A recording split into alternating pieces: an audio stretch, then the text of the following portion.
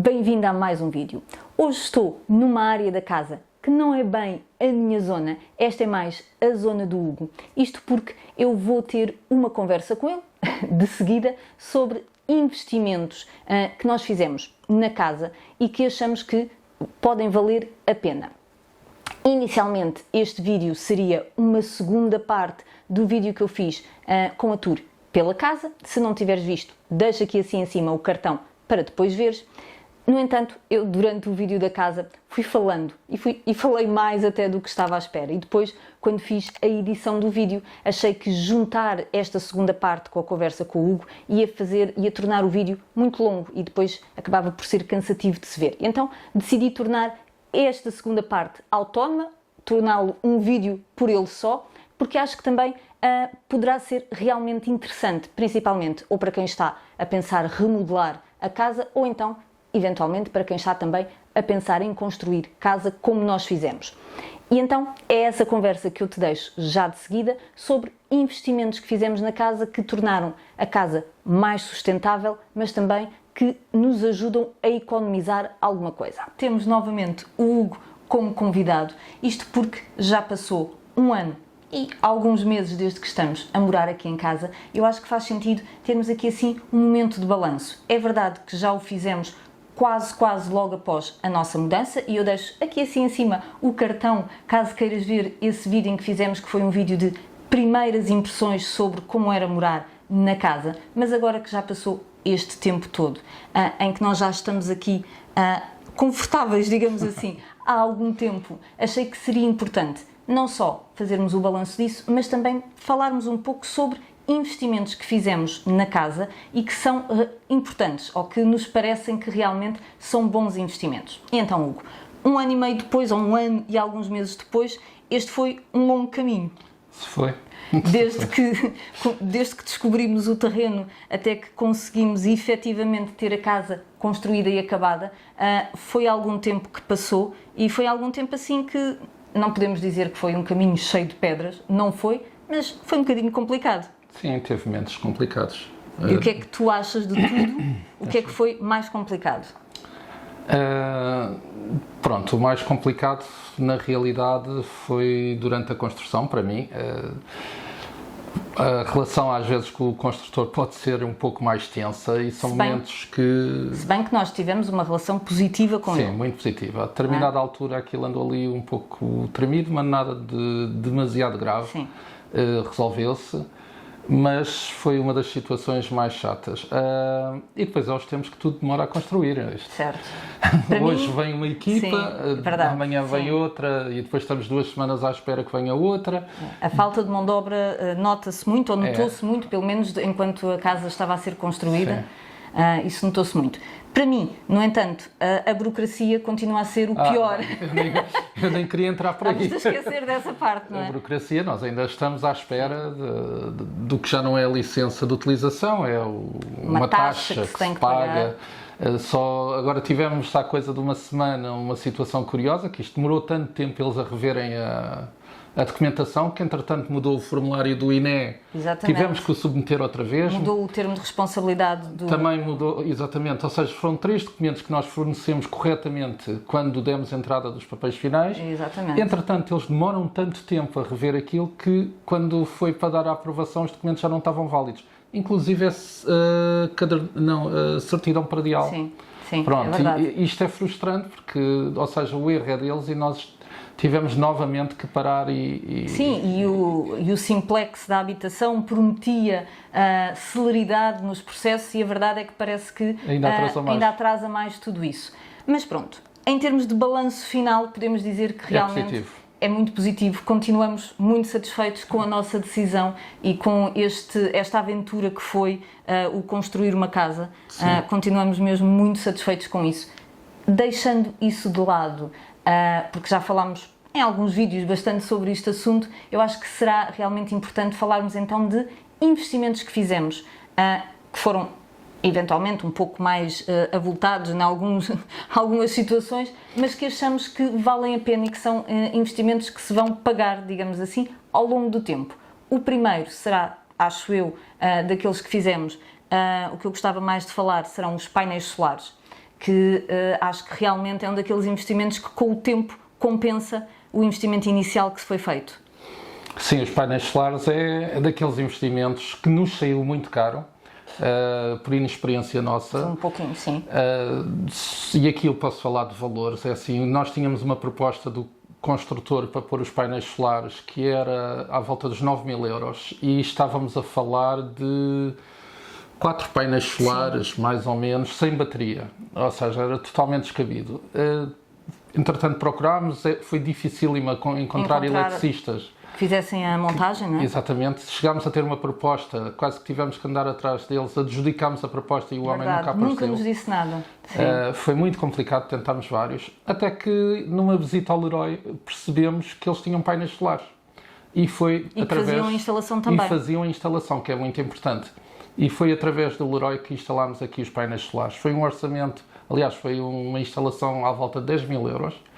Mas desses 10.000 euros, atenção que 3.000 foram para a instalação, que é um balúrdio, é totalmente sim, absurdo. Um terço disso, ou seja, 1.000 euros, era uma carrinha que nunca chegou a ser utilizada para montar uma carrinha elevatória, daquelas que se usam para mudar as lâmpadas dos postes, que nunca chegou a ser utilizada, porque eles não conseguiram instalar os painéis da primeira vez que cá vieram. Eu disse que não voltaria a pagar a carrinha, e então pronto, acabaram por se virar, como se diz. Sim, e foi uma coisa complicada. Muito a instalação, complicada. Tivemos datas diferentes, era suposto estar instalado antes de nós mudarmos para a casa. Sim, em agosto, antes disso, em julho. Era suposto ser em julho. Quando eu fiz o vídeo com a casa pronta, nós tínhamos os painéis solares na sala, porque eles não tinham conseguido cumprir com o prazo de fazer a instalação antes de nós fazermos a mudança. Depois, só em setembro, sim, que também não cumpriram com a data, depois passou só para outubro e só em outubro é que sim, finalmente conseguiram fazer a instalação final. Não foi em setembro, mas ficou finalmente resolvido em outubro, sim, porque depois também a equipa que cá estava não sabia programar os painéis, não, o inversor neste caso. Daí eu também ter achado que isto tem que ser alguém qualificado a instalar.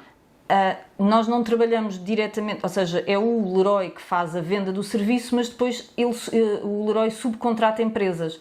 Calhou-nos esta, podia ter calhado outra que tivesse mais experiência. Enfim.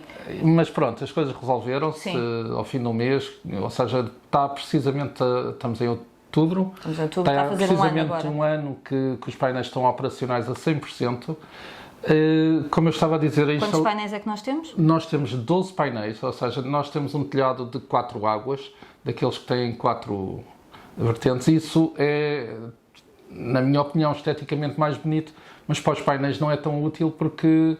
Dificulta. Exatamente, nós temos 6 painéis a sul, 3 a nascente e 3 a poente, e então, ou seja, de uma capacidade total de 6 kWh de produção máxima, só conseguimos tirar a volta de 4,5 durante... não tens o sol sempre a bater no... Sim, ou seja, nós temos painéis logo com produção. Também tem essa questão, começa a produzir bastante cedo, logo que o sol nasce, e quando o sol se está a pôr ainda temos produção. Certo. Mas também, no geral, o máximo que conseguiríamos nunca conseguimos atingir o máximo dos painéis. Há uma outra questão, é assim, o orçamento que eu mencionei já inclui uma bateria, ou seja, nós temos uma bateria de 5 kWh que nos aguenta a casa, por exemplo, no verão, que a produção vai até mais tarde, até cerca da meia-noite, e de inverno, infelizmente, e por volta das 9h30, 10 horas, pronto, ela deixa de ter carga. É um investimento que nós gostaríamos de fazer a curto prazo, mais 2 baterias, por 15 kW, porque dessa forma ficaríamos com o ciclo completo na casa, ou seja, praticamente autónomos em termos de produção. O facto de nós termos todos os equipamentos elétricos também ajuda bastante a que o investimento nos painéis muito mesmo. faça sentido, não é? É assim, neste ano que passou, 2/3 do valor da eletricidade que consumimos foi já pelos painéis. Ou seja, o que quer dizer que nós temos em média uma conta entre 40 a 50 euros por mês. Sim. Tendo que a conta da casa deveria andar na casa à volta dos 200, 250 euros por mês, tendo em conta todo o consumo que fazemos. É preciso não esquecer que depois também temos as taxas que são proporcionais ao consumo que se faz e depois sobe de escalão. Enfim, é uma armadilha, as contas da luz.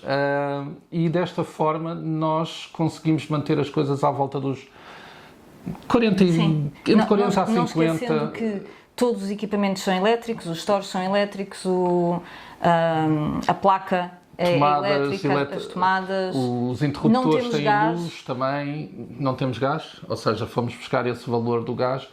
O que quer dizer o seguinte, se não tivermos veículos elétricos, que estamos a pensar ter e a ponderar muito em breve mudar para elétrico, sem veículos elétricos estes painéis pagam-se mais ou menos em 6 anos. Com veículos elétricos, ou deixando de pagar, no fim de contas, o combustível, Sim. estamos a falar menos de 5 anos para rentabilizar os painéis, o que é um investimento. Sim. Não esquecendo que 3.000 euros foi a instalação, Exatamente. Incluindo esses valores. Por isso, para mim, é um investimento, não há como expressar isto, Sim. Ou seja, a partir de 5 anos para a frente, porque como disse, até ao final do ano, em princípio, um dos carros vai ser mudado para elétrico, até 5 anos para a frente vai ser tudo lucro. Sim. Tudo lucro. O que fará ainda mais sentido se conseguirmos realmente as baterias, mais baterias. Isso também vai aumentar. Sim, vai aumentar, é verdade, o valor, o retorno do investimento, mas qualquer das maneiras, ou seja, mesmo que seja mais 2 anos, não é mesmo um investimento daqueles que se justifica, não é? Sim, sem dúvida, sem dúvida. Outro investimento que fizemos, e esse foi logo pensado quando estávamos a construir a casa, foi colocarmos uma bomba de calor. Sim.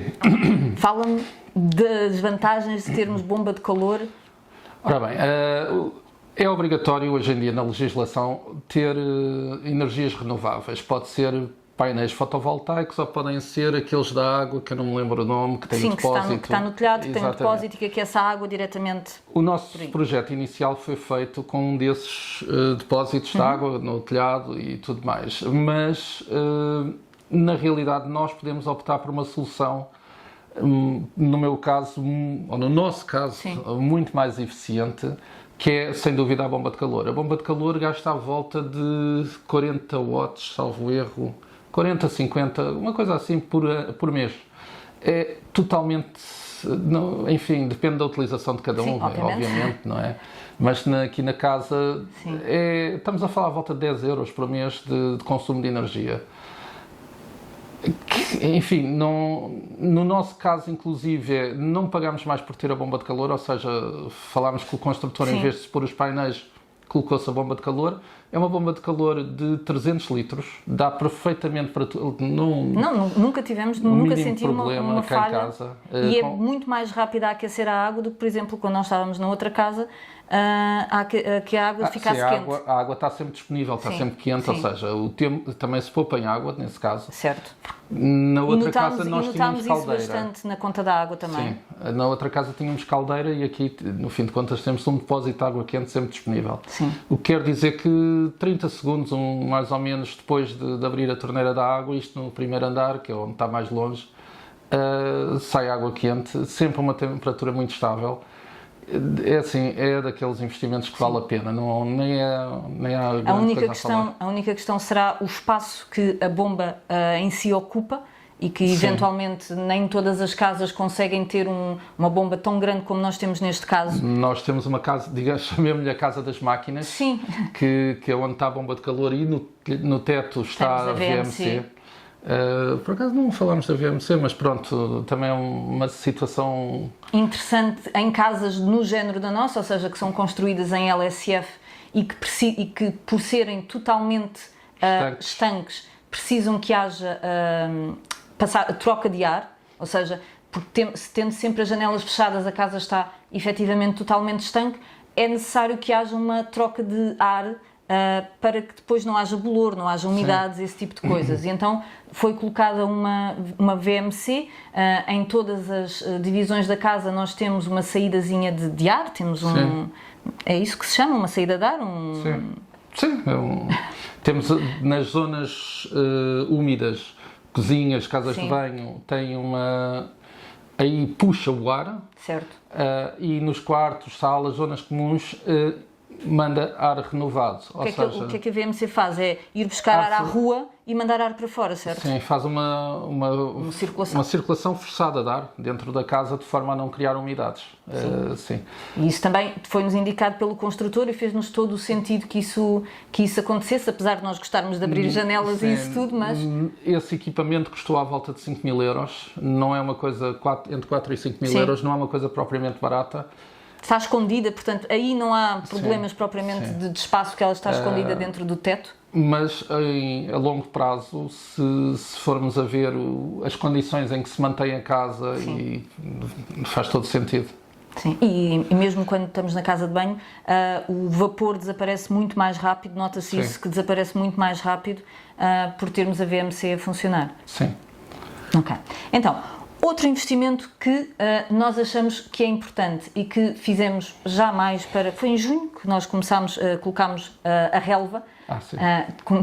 Conseguimos finalmente ajardinar o nosso exterior, colocámos relva, mas achámos que nós não temos propriamente muito tempo para nos dedicarmos à jardinagem, precisávamos de um sistema de rega que fosse eficaz, que estivesse sempre a funcionar, até porque colocar relva não é uma coisa propriamente barata, não estávamos a pensar em ir colocando sempre, portanto precisamos de algo que fizesse com que a relva fosse mantida e então optámos por um sistema de rega que é possível controlar até por uma aplicação e que além disso tem também o detector de chuva que faz com que não regue se, por exemplo, estiver a chover. E isso faz com que se consiga poupar dinheiro ao mesmo tempo que a relva vai sempre sendo mantida. Sim. Sim. Em relação à relva e a todo o sistema, já agora também em termos de valores, foi um investimento à volta dos 5 mil, 6 mil. Sim. Sim, à volta disso. À volta disso. Tendo em conta que nós temos 2 controladores de rega. São da Hunter, não é? Hunter, sim, são, pronto, pelo que pude constatar, é uma boa marca em termos destes equipamentos. E nós temos 2, isto porque são 2 áreas diferentes da casa e temos um passadiço de cimento que não quisemos partir e tudo mais, então pôs-se 2 controladores. E é realmente bastante interessante. E também temos 2 sensores de chuva. Temos 2 sensores de chuva, que por acaso são os 2 controladores, como estão ligados à domótica da casa, os 2 sensores funcionam para ambos os controladores, ou seja, apesar de termos 2, se um a variar, o outro continua a controlar se chove ou não. O que é muito útil. Nós conseguimos controlar, obviamente, as vezes que rega, o tempo de rega. Remotamente conseguimos pôr, por exemplo, quando foi no verão, dias muito quentes, por exemplo, a meio do dia, ativámos a rega para não deixar a relva ficar, não ficar murcha. E é útil. Então, quando estamos fora, que era o que dizias, é realmente muito útil para se conseguir controlar e se virmos que é necessário regar novamente ou parar a rega, eventualmente, conseguimos fazer isso tudo remotamente. Pronto, já vamos a essa parte, mas o virmos, porque também temos as câmaras da casa, verdade, também se consegue ver por aí. Conseguimos ver o que é que se está a passar. Se não fosse isso, não conseguimos. Nós, neste investimento que foi, a relva não é na casa toda, é metade do exterior. Sim. Pronto, foi um investimento, eu não achei propriamente barato, mas que faz muito sentido ter aquilo automático. Como a Irene disse, nem eu nem ela temos grande disponibilidade para andar a regar, nem a controlar as mangueiras cá fora, nem nada disso, por isso o sistema controla isso tudo automaticamente, rega de manhã e à noite, de inverno diminuímos o tempo de rega. Não tenho muito mais para falar, aquilo é realmente um grande investimento que ali está. Sim. Aproveitando o que disseste há pouco, em termos de domótica, era um bocadinho disso que eu gostava de falar no tópico final, é a domótica que tu instalaste na casa toda, em que nós conseguimos controlar vários aspectos da casa através, novamente, da aplicação do telemóvel. Isso é um investimento que também faz sentido, ou pelo menos a nós nos faz bastante sentido, e que continuamos a estar muito satisfeitos com isso, não é? Sim, a domótica desta casa é muito vasta. Foi pensada por ti, já muito antes de termos sequer a casa em construção. Se estiverem a pensar em fazer algo do género, convinha fazê-lo logo na construção. Eu vou explicar porquê. Desde, nós estamos aqui na minha sala, esta é a minha sala de eletrónica e enfim, do canal do Tech Corner TV. E por trás, no sentido da câmara, por trás tenho uma sala de servidores. Ora bem, é nessa sala que está concentrada todo o controle da casa, a começar logo por um switch que alimenta, por exemplo, à distância, os pontos de rede. Nós temos 3 pontos de rede na casa, ou seja, o que chama-se um AP, um pouco técnico, mas pronto, como temos a cave e 2 níveis e a estrutura é de metal, o sinal não passa tão bem. Tão fácil, não é? O sinal Wi-Fi não passa tão bem, nós temos a rede em 3 pisos. E esse switch, por exemplo, alimenta remotamente, só através do cabo de rede, todos esses aparelhos, assim como as câmaras de filmar que estão no exterior, os painéis de controle da casa que nós temos na sala.